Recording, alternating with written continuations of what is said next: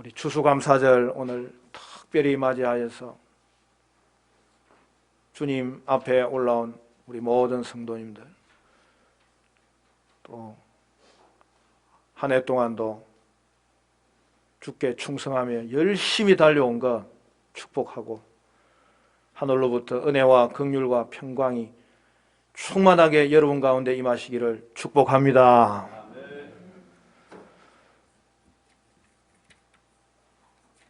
이스라엘 자손들이 광야 생활을 지나고 이제 가나안 땅을 들어가기 전에 그 미디안과의 전쟁에서 승리하는 장면이 오늘 본문에 나옵니다. 미디안은 아브라함의 세 번째 아내 그두라의 아들 미디안이 그 조상인데요. 그들은 가나안 동편에 정착하여서 모압과 동맹관계를 유지하며 살았습니다. 이들은 우상숭배하고 성적으로 타락했으며 특히 이스라엘 백성이 죄를 짓도록 조장함으로 하나님의 진노를 샀습니다. 이스라엘은 이들과의 전쟁에서 이김으로 가나안 정복의 서막을 열게 되는 거예요. 여러분, 이 사건의 배경에 그 이방인 선지자 발람이라는 자가 등장하는 것을 볼 수 있습니다. 발람 선지자, 또 그 나라 왕도 이름은 또 비슷해요. 발락 왕이 모압 왕이에요. 이 발락 왕은 이스라엘 백성이 모압 땅을 통과할 때에 이스라엘이 아모리 족속을 쳐부순 소식을 들었기 때문에 자신도 멸망하게 될까봐 발람 선지자를 매수하여서 대항하게 만든 거예요. 그런데 하나님께서 발람 선지자에게 이스라엘을 저주하지 못하도록 하시고, 그래서 결국에는 세 번이나 발락이 발람 선지자를 세웠는데 저주는 못하고 결국에는 이스라엘을 축복하게 됩니다. 이에 모압 왕 발락과 발람 선지자 간에 불화가 있었지만 결국에는 이 발람이 꾀를 내어서 이스라엘을 넘어뜨리고 말아요. 이스라엘이 범죄하도록 미인계를 씁니다. 미디안과 모압이 연합하여 모압 여인들을 이용해서 이스라엘 남자들을 우상 숭배에 성적 타락에 빠지도록 만든 거예요.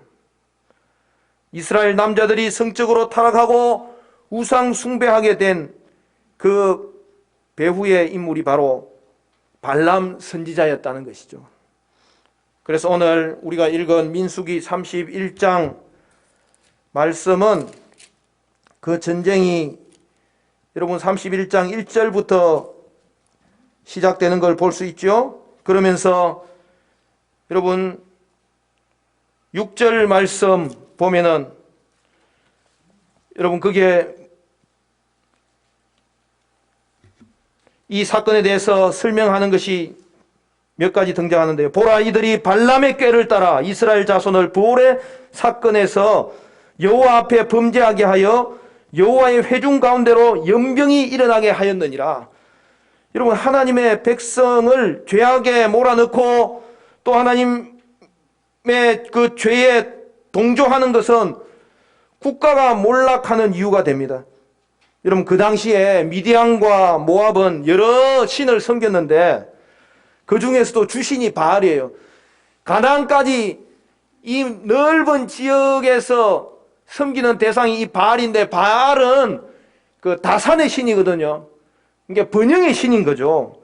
그래서 날씨를 주관한다고 여기면서 그 신을 섬겼는데요.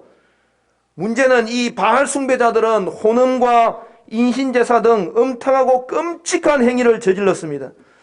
특별히 이 바알의 제사는 그 바알이 보고 있는 가운데 그를 흥겹게 해야 되기 때문에 바알 숭배자들과 신전의 여인들이 혼음을 하여서 신을 기쁘시게 하여 자기들이 복을 받는다고 생각하여서, 여러분, 이 우상 숭배에 들어가는 것은 여러분 성적인 타락의 제사에 동참하는 것이었고요.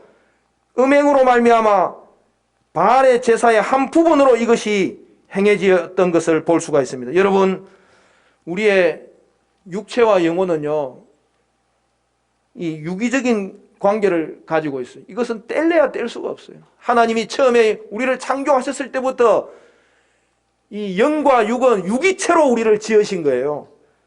그런데 육체가 음란한 죄를 범하면 영혼이 부패하게 되는 거죠. 그래서 하나님은 육체의 순결을 그렇게도 요구하시는 거예요. 여러분, 성은 하나님이 창조하신 것 아닙니까? 우리에게 주신 아름다운 선물입니다. 그런데 인간이 타락함으로 말미암아 그것을 욕심대로 사용하기 때문에 남용하는 일들이 일어나는 거죠. 이러한 인간의 연약함 때문에 음란의 죄를 떨쳐버릴 가장 이상적인 방법은 결혼이라고 성경은 말씀하고 있는 것입니다. 우리 청년부 형제자매들은 20대에 결혼하세요. 빨리 하는 게 좋아요. 목사님 이미 늦었습니다. 그러면 빨리 결혼하세요. 저 같은 믿음이 요즘 없어. 저는 27에 해버렸는데. 여러분, 이 육체적으로도 영적으로도 여러분 순결을 유지하는 방법은 하나님이 주신 이 결혼의 축복이에요. 성도가 음란한 죄를 범하는 것은 하나님을 배신하는 행위예요. 왜 그렇습니까? 우리의 몸은 하나님이 친히 거하시는 성전이기 때문입니다. 오늘날 문명과 문화를 타락시키는 것이 바로 이 성적인 타락 아닙니까? 성적인 유혹은요, 시작은 꿀처럼 달지만은 마지막은 죽음이에요. 독을 품는 거예요. 잠언 5장 3절에서 4절 말씀은 이렇게 이야기합니다. 대저 엄녀의 입술은 꿀을 떨어뜨리며 그의 입은 기름보다 미끄러우나 나중은 쑥같이 쓰고 두 날 가진 칼같이 날카로우며. 여러분, 성도들은 이 땅에서 순간적이고 쾌락적인 성문화를 경계하고요, 하나님께서 본래 세워주신 이 사랑의 법이 얼마나 아름다운 것인지를 건강한 가정생활을 통하여 경건한 믿음 생활을 통하여서 보여줄 수 있어야 되는 거예요. 다른 죄악은 믿음으로 싸우라 이렇게 말했지만 하나님께서 이 음행에 관한 것은 피하라고 이야기하셨어요.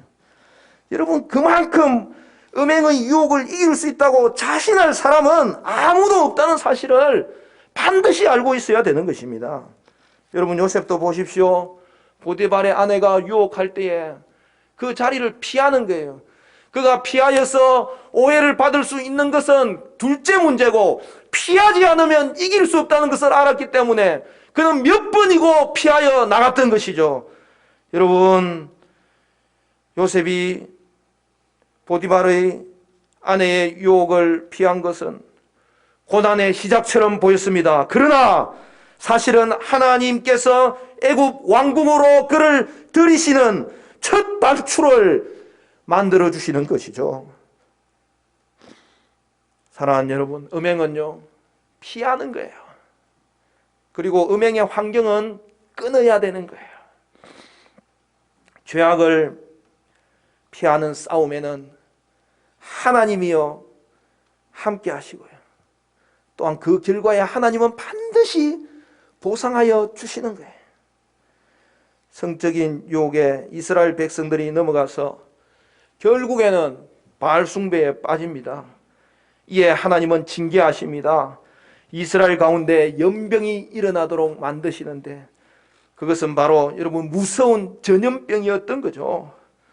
그리하여 그때에 죽은 사람이 24,000명이나 되었다, 그렇게 말씀하고요, 이 일에 주도적으로 가담한 지도자들에 대해서는 목매달아 찾아서 죽이도록 그렇게 실행했고요, 결국 지도자의 위치가 얼마나 중요한지를 알려주었던 것입니다. 미디안 사람들은 이스라엘 백성들에게 일어난 일을 보면서 한없이 기뻤겠죠. 그러나 여러분, 하나님의 심판의 본격적인 대상이 바로 자신들이었다는 사실을 그들은 몰랐던 것입니다. 하나님은 진노하셔서 가나안을 진멸시키라고 이스라엘에게 명령하셨고 각 지파는 1,000명씩 모두 12,000명을 데리고 나아가 가나안과 전쟁하였는데 그들을 진멸시키셨습니다. 이스라엘이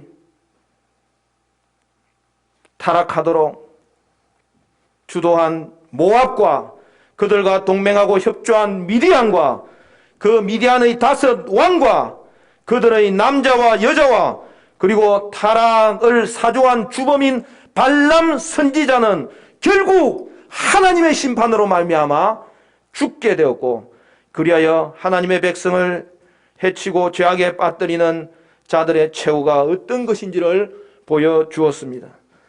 오늘 민수기 31장 초반부 7절 8절에 여러분 그 내용이 나오지요? 우리 같이 한번 읽어볼까요? 7절 8절 다 같이 시작. 그들이 여호와께서 모세에게 명령하신 대로 미디안을 쳐서 남자를 다 죽였고 그 죽인 자 외에 미디안의 5 왕을 죽였으니 미디안의 왕들은 에위와 레겜과 수로와 후로와 레바이며 또 부올의 아들 발람을 칼로 죽였더라. 여러분 하나님은 공의로우신 분이세요. 죄에 대해서는 반드시 심판하십니다. 죄를 짓고도 아무 일 없을 것이라고 착각해서는 안 됩니다. 지은 죄에 대해서는 적당하게 넘어가려는 것은 하나님께는 통하지 않습니다. 그러나 제 문제를 해결할 수 있는 방법을 하나님은 우리에게 알려주셨는데요. 여러분 하나님께서는 인간의 죄악을 해결해 주시기를 원하셨기 때문이죠. 인간의 죄악을 해결해 주기 위하여 우리 예수님, 독자 예수님을 이 땅에 보내주시고 십자가에 못 박게 하셨습니다. 하나님의 공의로우심 때문에 우리 예수님은 십자가에서 가장 고통스럽고 비참하게 죽으셨습니다. 죄가 없으신 분이 우리 죄를 해결해 주기 위해서 십자가에서 죽으신 것이죠. 그러므로 예수님을 믿고 제사함을 받는 것이야말로 여러분 우리의 인생 가운데 최대의 축복인 것이죠. 이스라엘은 전쟁에서 이기고 하나님께 감사하기 시작했습니다. 이스라엘의 승리는 믿을 수 없는 완벽한 승리였기 때문입니다. 미디안과의 전쟁에서 성경에 뭐라고 되어 있느냐 하면 단 한 명의 희생자도 없었다. 여러분 전쟁 역사상 단 한 명의 희생자도 없이 전쟁을 이긴 예들은 너무나 드문 일입니다. 미디안 부족이 당시에 15만 명인 것으로 보이는데요. 그렇다면 전쟁에 참여한 수는 5만 명이었을 것으로 보입니다. 이는 하나님의 완벽한 도우심이었던 거죠. 이스라엘이 전쟁에서 이긴 것이 자신들의 용맹함이나 완벽한 준비나 또는 전술 때문이 아니라 하나님 때문이라고 느끼지 않을 수 없는 전쟁이었던 것이죠. 사랑하는 여러분, 사람의 죽고 사는 것은 하나님 손에 있습니다. 이스라엘은 전쟁의 승패 역시 하나님의 손에 있다는 것을 눈으로 보고 몸으로 경험하게 되었던 것이죠. 이스라엘은 전쟁에서 빼앗은 전리품을 가져왔습니다. 그리고 뭐라고 하지요? 우리의 생명을 위하여 여호와 앞에 속죄하려고 가져왔나이다 고백합니다. 우리 50절 말씀도 같이 읽을까요? 50절 말씀 다 같이 시작. 모세와 제사장 엘르아살이 천부장과 54절이네요. 죄송합니다. 54절 다 같이 시작. 모세와 제사장 엘르아살이 천부장과 백부장들에게서 금을 취하여 회막에 들여 여호와 앞에서 이스라엘 자손의 기념을 삼았더라. 여러분 여기서 죄에 대한 용서를 위한 속전을 바친 게 아니에요. 여기서 속전은 무엇을 의미합니까? 생명을 보호해 주신 하나님의 은혜를 감사해서 속전을 바친 사실입니다. 그러니까 생명 지켜주신 하나님을 감사하는 예물이었던 거죠.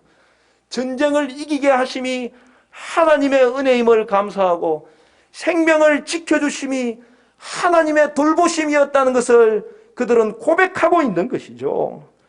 속전으로 드리는 금폐물은 전쟁에서 죽지 않고 살아온 생명 대신 바치는 제물이었던 것이죠. 생명은 사람이 마음대로 할 수 없고 오직 하나님께 달려있다고 그들은 고백하면서 감사하면서 예물을 드렸던 것이죠. 그러므로 사랑하는 성도 여러분, 우리도 오늘 이 땅을 살아갈 때에 우리의 생명을 하루하루 지켜주시면 하나님의 은혜인 줄을 알고 주님께 감사하는 저와 여러분 되기를 바랍니다. 군인들이 하나님께 드린 제물은 오늘 본문은 보니까 개인적으로 가져온 것이라고 했어요. 50절에 3절에 53절에 보면 군인들이 각기 자기를 위하여 탈취한 것이니라. 그런데 그것을 어떻게 하는 거예요? 그 개인의 탈취물을 자기 것으로 삼지 않고 하나님께 드린 것이죠.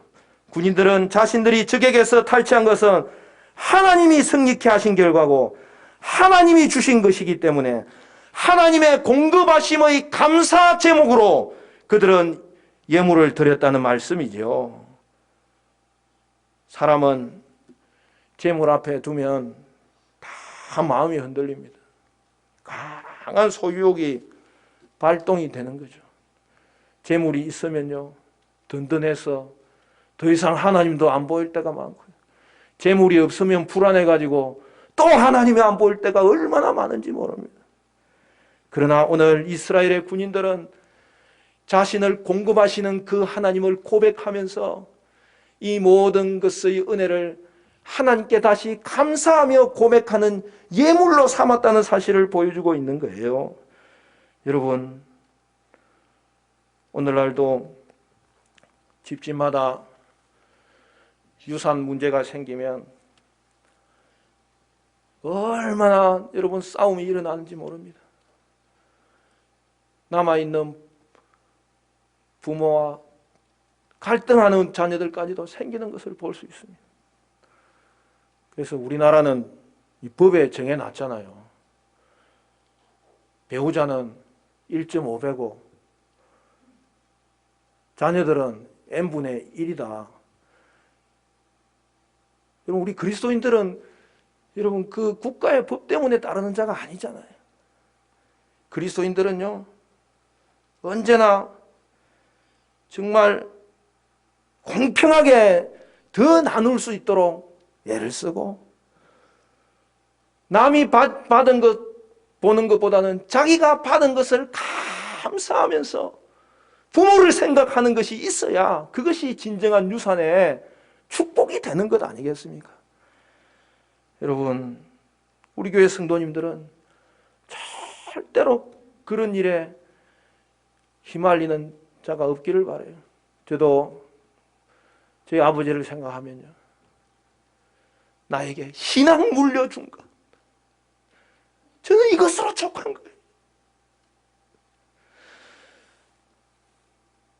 신앙을 물려준 것, 이것으로 족하고 다른 거 필요 없어요. 여러분, 다른 것 나누어 가지면요 감사하고,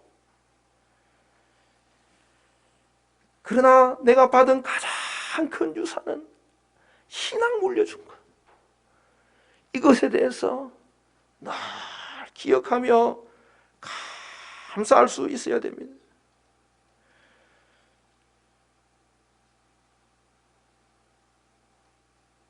사랑하는 성도 여러분, 여러분은 자녀들에게 기필코 신앙의 유산을 물려주시기를 바라고, 자녀된 여러분들은 신앙의 유산을 물려받은 것을 귀하게 여기고 어머니 기도하였던 그 자리 내가 지킵니다. 혹시 부모님 소홀했던 그 자리 이제는 그 이름으로 내가 주께 영광 더 돌리겠습니다. 여러분, 그렇게 신앙의 유산을 기뻐하고 눈물로 감사하는 그러한 은혜가 있게 되시기를 간절히 축원합니다. 이스라엘은 자신들에게 공급하신 하나님께서 가장 귀한 분임을 인정하고 있었던 것이죠. 물질의 산을 넘어야 하나님께 다가설 수 있는 것입니다. 하나님께서 모든 것의 공급자이심을 여러분 믿으시기를 바라고, 그것을 확신한다면 하나님께 절거히 헌신하는 저와 여러분 되시기를 간절히 축원합니다. 이스라엘 백성의 전쟁은 자신들을 죄 속으로 빠뜨렸던 미디안과의 전쟁 아닙니까? 미디안과의 전쟁은 죄악과의 전쟁이었죠. 하나님은 미디안을 심판하신 것입니다. 악을 철저하게 징벌하시겠다는 하나님의 뜻을 알 수 있습니다. 이스라엘은 죄악에 대한 심판이 얼마나 무서운가를 뼈저리게 느꼈을 것이고, 그럼에도 불구하고 자신들은 죄로부터 구원해 주시기 위해서 하나님이 기회를 주시는구나, 하나님의 크신 사랑을 느꼈을 것입니다. 또한 다시는 나는 죄를 짓지 않기로 하나님 앞에서 결단했을 것입니다. 여러분, 지혜는 옳고 그름을 분별하는 거예요. 옳고 그름을 분별하는 것이야말로 최고의 지혜입니다. 죄는 옳고 그름보다는 탐욕과 눈앞의 이익과 쾌락을 쫓으라고 말하지 않습니까? 선과 악을 분별하고 하나님의 뜻이 이 땅을 지배하는 그런 나라, 그러한 가정 여러분 세우도록 여러분 기도하시기를 바랍니다. 전쟁에서 이겨서 드린 예물을 오늘 본문은 보니까 모세와 제사장이 이스라엘 자손의 기념으로 삼았다, 그런 표현이 나옵니다. 우리 54절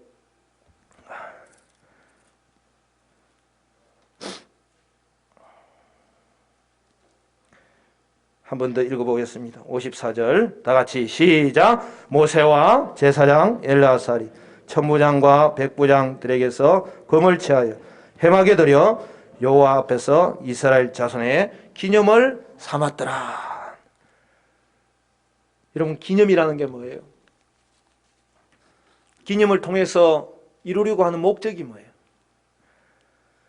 여러분, 기념을 통해 과거를 생각하고 또한 미래를 다짐하는 거죠. 그러니까 기념이란 베푸신 은혜를 감사할 뿐만 아니라 이제는 계속하여 그 하나님을 생각하면서 감사하며 살기로 결단하는 것을 말하는 거죠.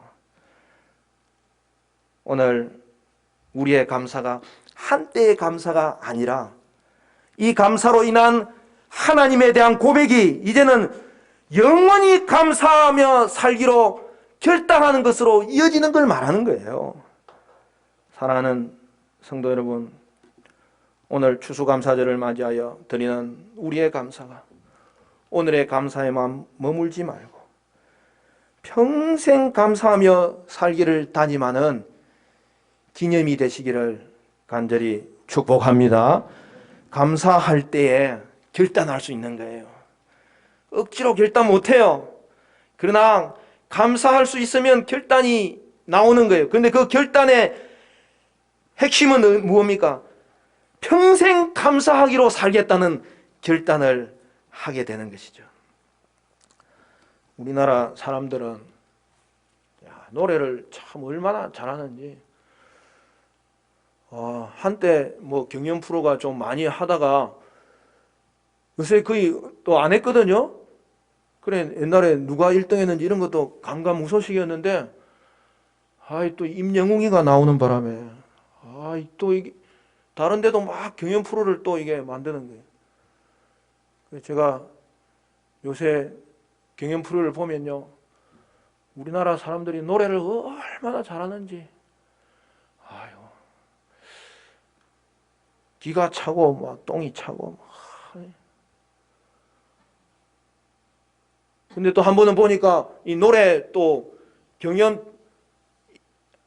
상 받은 사람들이 또 막 프로를 막 진행하니까 제가 한때는 월화수목 금토 이 노래하는 프로 계속 보고 있더라고요. 가만히 생각해 보니까 옛날에 우리 아버지가 그랬던 것 같은데. 그래, 한 번은 이 TV를 보는데 내가 좋아하는 또 두 사람이 나오는 거예요.